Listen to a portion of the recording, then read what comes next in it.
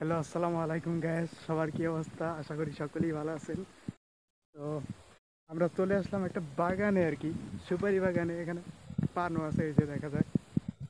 এখানে ওই যে আরেকজন মানে সুপারি, এই আপনি কি সুপারি চুরি করতে এসেছেন?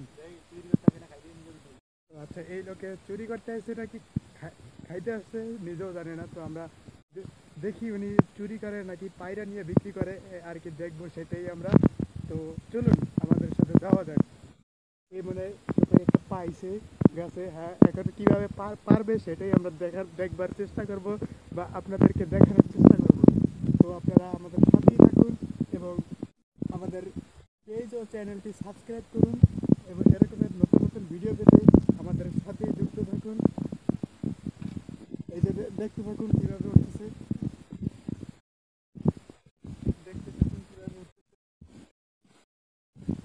আমরা আমরা একটু দূরের থেকে দেখানোর চেষ্টা করতেছি। এই যে উপরে উপরে সবাই এই যে পারতেছে, এই যে এরা ফেলাইছে। এটা হচ্ছে পান ক্ষেত আর কি। এখানে এই যে পান আছে দেখতে পাচ্ছেন আপনারা।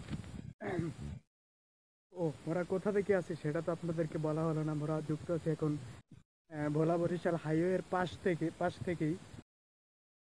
এখানে এই জায়গাটার নাম হচ্ছে বটতলা। আহ, বটতলার পাশের একটি রাস্তা, অর্থাৎ ভোলার ভিতরেই। এখানে ভাই আসলে আইসা মশার কামড় খাইতে খাইতে শেষ।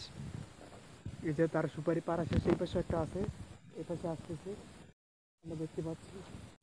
এই যে সে এখন এই সুপারিটাও পারবে।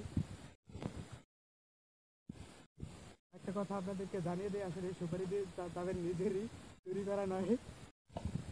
এই যে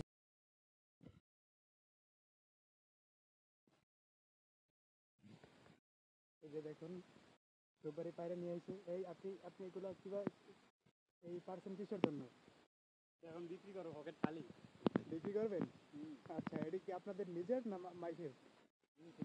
আচ্ছা, আপনাদের নিজের। দর্শক, আমরা জানতে পারলাম এটি তাদের নিজস্বই। তো তারা এখন তার পকেট খালি, যার জন্য এই বিক্রি করবে।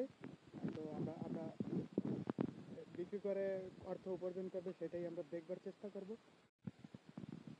দর্শক, সেটা কথা তো সেটা নয়, সেটা হচ্ছে উনি আমাকে এই জায়গায় নিয়ে আসছে। এখানে মশার কারণে আমি টিকতে পারতেছি না, আসলে মশায় সব খায়া বেলাইতেছে। এই যে দেখেন, মশা পুরো খায়া বেলাইতে আছে, এমন অবস্থা।